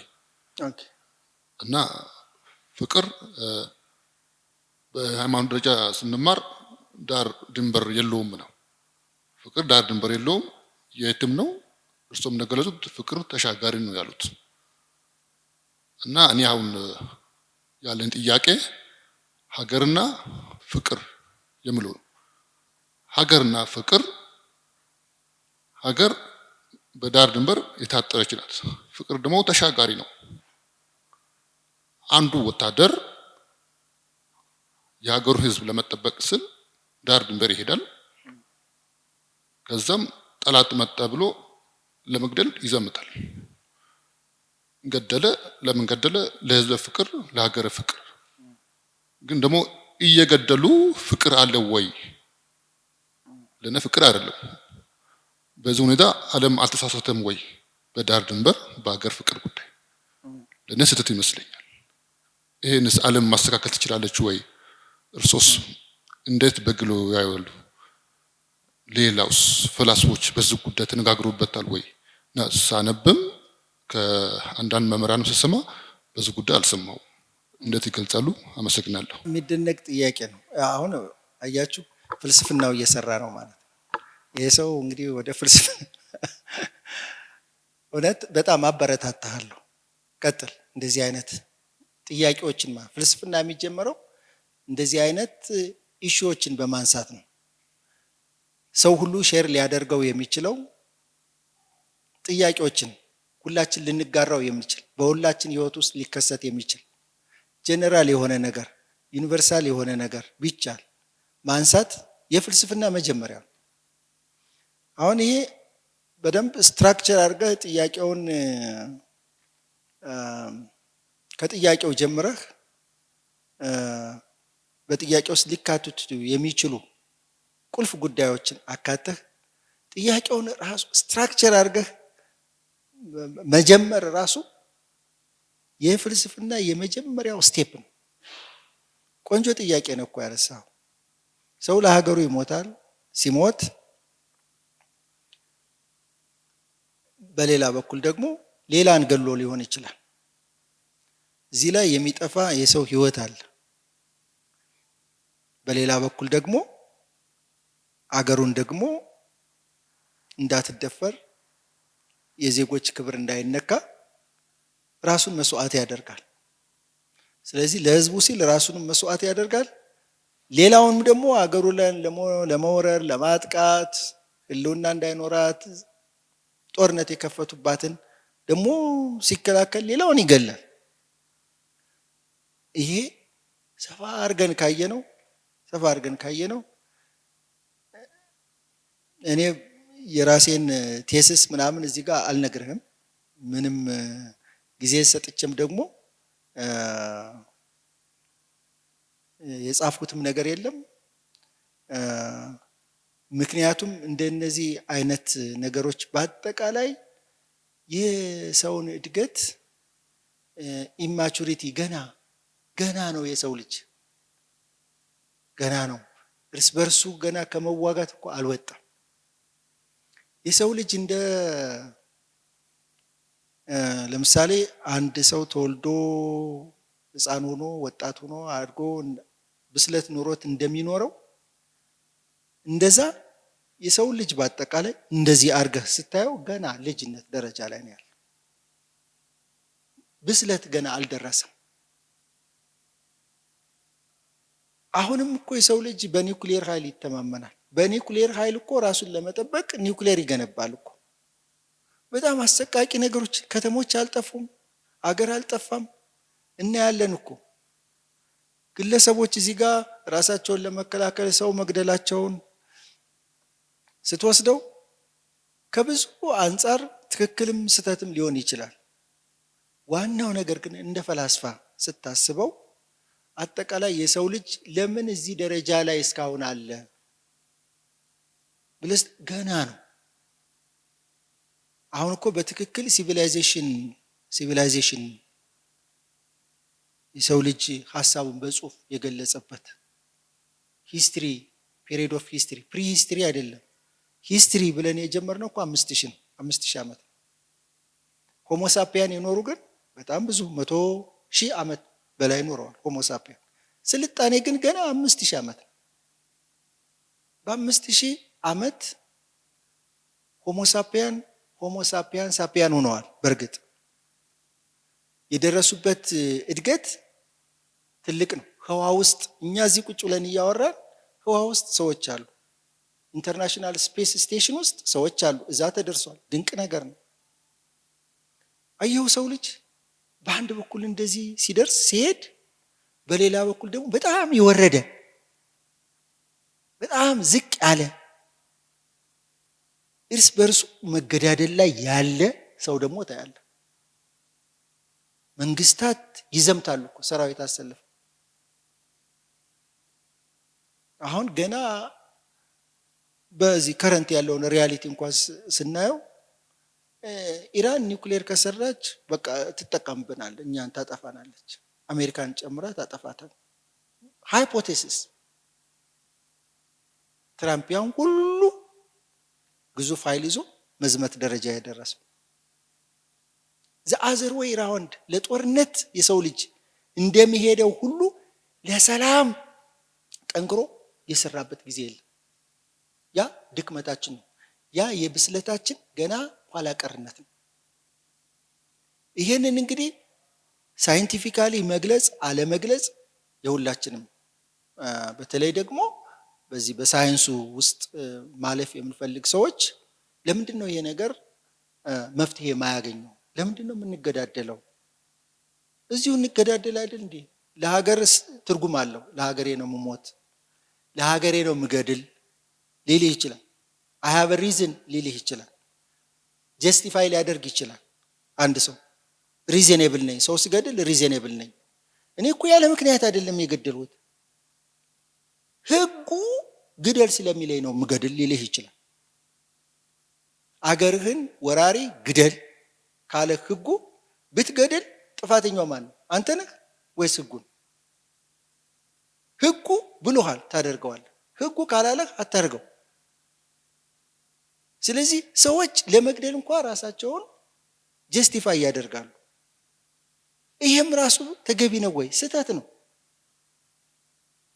ከዚህም ደግሞ በጣም ውስብስብ የሆነ በግል ህይወትና በማህበራዊ ህይወታችን በፖለቲካ ህይወታችን ያጋጥመናል።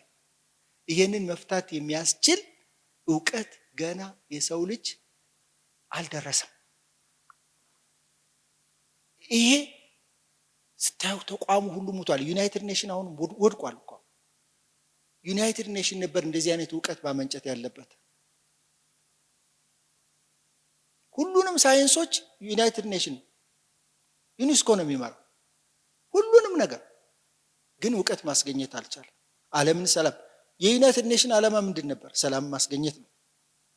ጦርነት ሁለተኛ በሀገሮች መካከል እንዳይፈጠር ማድረግ ነው። ሌላ ነገር እኮ አይደለም። ይሄንን ማድረግ የሚያስችል እውቀት የለም፣ ሳይንስ የለም።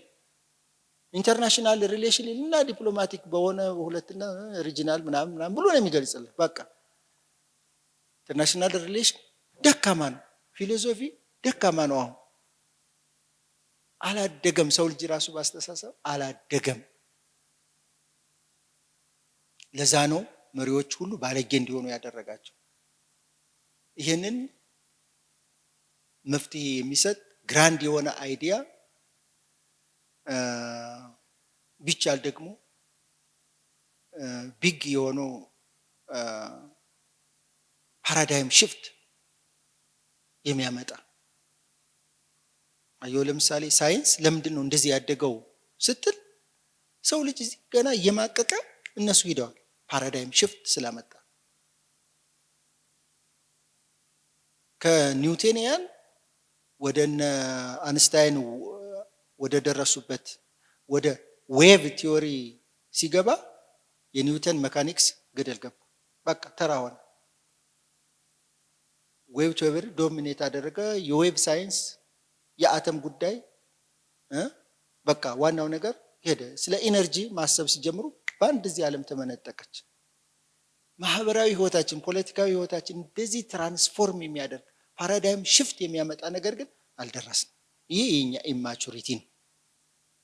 ሰዎች በዚህ ደረጃ በግልም በማህበራዊ ህይወትም እንድንወድቅ ያደረገ የእውቀታችን አናሳነት ነው። እኔ እንደምረዳው I don't know to what extent I'm satisfying you. I'm not sure. አርክቼ ከሆነ አላውቅም። አመሰግናለሁ።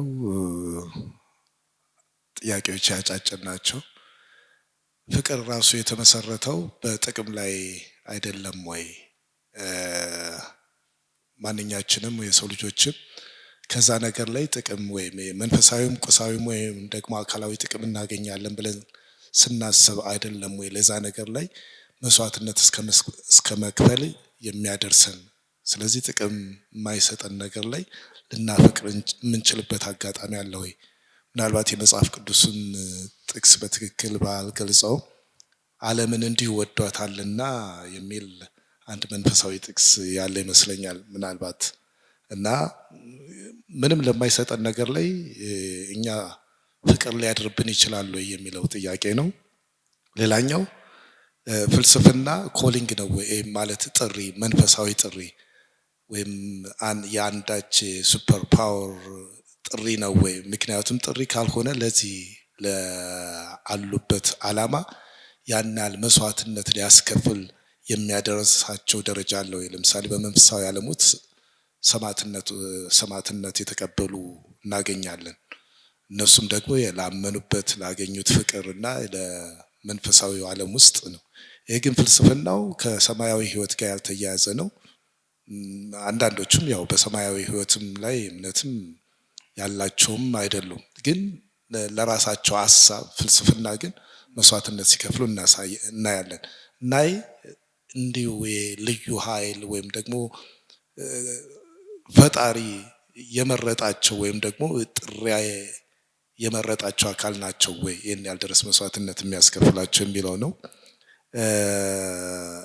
ሌላው ስለ ፍልስፍና ያው እኔ የስነ ጽሁፍ ተማሪ ነኝ። ያን ያህል ጠለቅ ያለ ስለ ፍልስፍናው ብዙም ወይ አንደርስታንዲንግ ያን ያህል ጥልቀት ላይኖሩ ይችላል።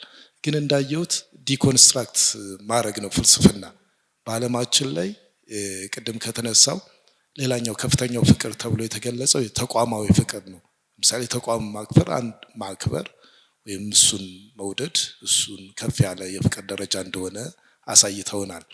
ግን ተቋማትን ዲኮንስትራክት ሲያደርግ እንመለከታለን ፍልስፍና። ፎር ኤግዛምፕል ቅድም በተለያዩ የህይወታቸው አጋጣሚ ያሳዩን ፈላስፎች መስዋዕትነት የከፈሉበት ከካቶሊክ ጋር በነበራቸው የቲዮሬቲካል ወይም ደግሞ የመንፈሳዊ አስተምሮ ጋር በነበራቸው ግጭት ውስጥ ነው ያን ያህል መስዋዕትነት የከፈሉ። ሩቅ ሳንሄድ በእኛም በማርክሲዝም ፍልስፍና ውስጥ እሱ በጥልቀት ያውቁታል። እኔ በጨረፍታ ከማውቀው አንፃር የማርክሲስት ቲዎሪ ከመምጣቱ ጋር ተያይዞ ቤተ ክርስቲያን እስከ መዘጋት የክርስትና እምነት እንደውም ክርስትና እስከ አለመነሳት የተደረሰበት አጋጣሚ ነበር። ነባር እሴቶች፣ ፍልስፍናዎች ወይም ደግሞ ኢንዲጂነስ ኖሌጅ የሚባሉትን አስወግደን በአዲስ ፍልስፍና ውስጥ የነበርንበት ነው። እሱ ደግሞ የኮንፍሊክቶችን ፈጥሮ በጣም የእርስ በርስ ጦርነትና እስካሁን ድረስ የተጓዝንበትን ነገር የፈጠረው አንደኛው የማርክስን ፍልስፍና አሁንም ራሱ ጠባሳው ያለቀቀና ያለበት ሁኔታ ነው። ስለዚህ እሱ ራሱ ነባር ግሪክ ውስጥ እነ ሶቅራጥስም ያው ያለው በጎ እሳቤዎች፣ አስተሳሰቦች እንዳሉ ሆኖ ታሪኮችን፣ እሴቶችን ዲኮንስትራክት ማድረግ፣ ማጥፋት፣ ማውደም ነው። አንዳንድ ሀገራት ደግሞ በእነዚህ ታሪኮች፣ እሴቶች፣ ተረቶች ነው ቢውልድ ተደርገው እንደገና ከጠፉበት ህልውናቸው ሪቫይቭ ያደረጉበት ማለት ነው። ስለዚህ አንዳንድ በአብዛኛው ፍልስፍና ዲኮንስትራክት በማድረግ እሴት አልባ አንድ ዩኒት የሆነችን ሀገር ሊሆን ይችላል ወይም እሴት የሆነ በማፈራረስ ሂደት ውስጥ ወደ ማህበራዊነት የማስኬድ መንገድ ጠራጊ አይነት ነገር መስሎ ለኔ ይሰማኛል። ሌላው ትልቁ ጥያቄ የኛን ሀገር ፍልስፍና ይመለከታል። እኔ 6 ኪሎ ዩኒቨርሲቲ ነው የተማርኩ። 1996 ይመስለኛል ፍልስፍና ዲፓርትመንት ተዘግቶ ነበረ። አሁንም የተዘጋ ይመስለኛል። ግን እኛ በምንማርበት ሰዓት እሱ እንዳሉን የፍልስፍና ተማሪዎች በጣም ዩኒክ ናቸው። በሀሳባቸው ከሰው ጋር የነበራቸው አፕሮች፣ ሀሳባቸው ጥልቀት፣ በተለያዩ መድረኮች ላይ የሀሳባቸው ልቀት ሁሉን አስታራቂና በብዙ አታየት ጎላ ብሎ የሚታዩበት ነው። ስለዚህ የፍልስፍና ትምህርቱ ያለውን ማለት ጠቀሜታ የሚያሳይ ነው። ግን አሁን የኛ ሀገር ውስጥ የፍልስፍና እድገትና ግስጋሴ የተገታ ይመስለኛል። በጣም በብዙ መንገዶች ላይ እንዳየሁት ኢቭን 2-3 ሀሳቦችን ስንጠይቅ አትፈላሰፍ ብሎ ወዲያው ሊገታ ወይም ደግሞ የሚገታበት አጋጣሚ አለ። የተለያዩ ጥያቄዎች በአመክንዮ ሎጂካል በሆኑ መንገዶች አይመለሱም። ስለዚህ የፍልስፍናን እድገትና ግስጋሴ የሆነ የተሰበረ ነገር አለና በእናንተ በትላልቅ ፈላስፎች ትምህርት ውስጥ በደንብ ላወቀ እሱን ነገር መልሶ ስብራቱን ለመጠገን ወይም ማህበረሰቡ ላይ ደግሞ የበለጠ በፖዚቲቭ ሳይድ ለምሳሌ ፍልስፍናው ከአእምሮ ንክነት ጋር ያያይዙታል። በተለያዩ ባልተገባ መንገድ የተተረጎመበት አጋጣሚ አለና ብቻ የኛ ሀገር የፍልስፍና ትንሳኤን ለማምጣት የሚሰራ ስራ አለው የሚለው ነው። እጅግ በጣም አመሰግናለሁ። ብዙ ጥያቄዎች ናቸው። በጣም ጎበዝ ጠያቂ ነህ። አንዳንዶችንም ያው ግማሻቸውን መልሰህልን ነው የሄድከው። ሁለታችሁንም አፕሪሺየት ዩር ኢንሳይት። በጣም ጎበዞች ናቸው። ነገሮችን የምትረዱበት በዚህ አጭር ቆይታችሁ አጭር ፕሬዘንቴሽን እንደዚህ ተረዳታችሁ የመግለጽ አቅሙ ካላችሁ ቀጥሉበት። ወደ ጥያቄ ስመጣ ነው አሁን የፊሎሶፊ ዲፓርትመንት ብዙ ፍልስፍና እንዲስፋፋ ምናምን ያደረገው ነገር በጣም ዝቅተኛ ነው። ጥቂት ሰዎች ነን እንደዚህ ፍልስፍና ጉዳዮችን የምንጽፍ የማስተማሪያ መጽሐፎችን የምናዘጋጅ 2 ሰዎች 3 ሰዎች ልጨምርና 3 ሰዎች 4 ሰዎች አለ። ዲፓርትመንቱ እንግዲህ ኢንስቲትዩሽናሊ በጣም መንቀሳቀስ ነበረበት፣ መስራት ነበረበት። ድክመት አለ እዛ ላይ። እንዲያውም ስትጽፍ ምን ስትል መጽሐፍ ስታሳትም እንዲያውም ኦርጋናይዝ ሆነው አንተን ነው አታክም ያደርጉ። ስለዚህ አጠቃላይ ሶሳይታል ፕሮብሌም ነው። ለዛም ነው ብዙ ተጽዕኖ የሚፈጥሩ ሰዎች ዲፓርትመንቱ ሊያስገኝልን አልቻለም። እሱ ላይ እንግዲህ ያው በግል የምታደርገውን ነገር ማድረግን ወደ 5-6 መጽሐፍ ፊሎሶፊ አሉኝ። ጠቅላላ ወደ 12 መጽሐፍ አሉኝ። ግን ትኩረትም ሰጥቼ የምሰራበት ፍልስፍና በህብረተሰቡ ዘንድ እንዲሰርጽ የሚያስችል በቀላሉ ቢያንስ በቀላሉ ደስ በሚል መንገድ ሰው እንዲገነዘበው የሚያስችል መጽሐፍቶችን አሳትማለሁ። ከማስተማሪያ መጽሐፎች በተጨማሪ ለምሳሌ ዋልያ ያሳተመው ጣፋጭ ፍልስፍና የሚለው እሱ አንድ ስራ ነው። በህዝቡ በቀላሉ ሰው ደስ ብሎት ፍልስፍናን ማንበብ እንዲችል የህይወቱ አካል እንዲያደርገው ለማድረግ ነው። ወደ ቴሌቪዥን ፕሮግራሞችን ለማምጣት ትንሽ እንቅስቃሴዎች አሉ። ሰው እንዲዳረስ የፍልስፍና እውቀት ፍልስፍና ካለ ሰላማዊ ህይወት ነው የምትኖረው። ብዙ ነገሮችን በፍልስፍና መፍታት አሁን ያለንብን ህይወት ምስቅልቅሉ ራሱ በትክክል ይቻላል። እድሉ እየጠፋ ነው እንጂ መፍትሄ ሁሉም አለው። ፍልስፍና ማይፈታው ምንም ነገር የለም። አለመጠቀማችን ብቻ ነው። ዲፓርትመንቱም ብዙ ለውጥ አላመጣም። ስለ ዲኮንስትራክሽን ያልከው ልክ ነህ። ፍልስፍና ከመጀመሪያው ጀምሮ አሁን በጣም ያው ተዳክሟል። ምክንያቱም ሌሎች ሳይንሶች እንትን ያደረጉት መጀመሪያ ፍልስፍና ነበር። ሌሎች ስፔሻላይዜሽኖች ሲመጡ ፍልስፍና እየተዳከመ መጣ። ሁሉም ሳይንስ ፊሎሶፊ ነበር የሚባለው። በሂደት ስፔሻላይዜሽኖች ሲበዙ የፍልስፍና ሚናው እንግዲህ የተወሰነችን ኤሪያ ይዞ እቺ ሜታፊዚክስ፣ ኤቲክስ ምናምን ምንላት ኤፒስቲሞሎጂ ምንላት እሷን ኮር ይዞ ነው ያለ። በሁሉም ትምህርቶች ውስጥ ፊሎሶፊ አለ። ስለዚህ በኢኮኖሚክስ ለውጥ ካለ ፊሎሶፊ ኦፍ ኢኮኖሚክስ አለ እዛ ላይ ማለት ነው። ዋናው ነገር ግን እንደ አንተም ወደፊት ከኖርክበት ፈላስፋ ዋናው ዓላማው አሁን በዚህ ዘመን ሰው ልጅ የሚኖርበትን ኢሬጉላሪቲስ፣ በደሎች፣ ቀውሶች ካየ ያንን መፍትሄ ለመስጠት ነው የሚታገለው። ቀን ማታ የሚያስበው ያን እነዛ ችግር የሚፈጥሩ እኮ ግዙፍ የሆኑ ተቋሞች አሉ። ችግር የሚፈጥሩ ከባድ የሆኑ ግለሰቦች አሉ ችግር የሚፈጥሩ። ፈላስፋ እነዚህን ተቋሞችና ግለሰቦች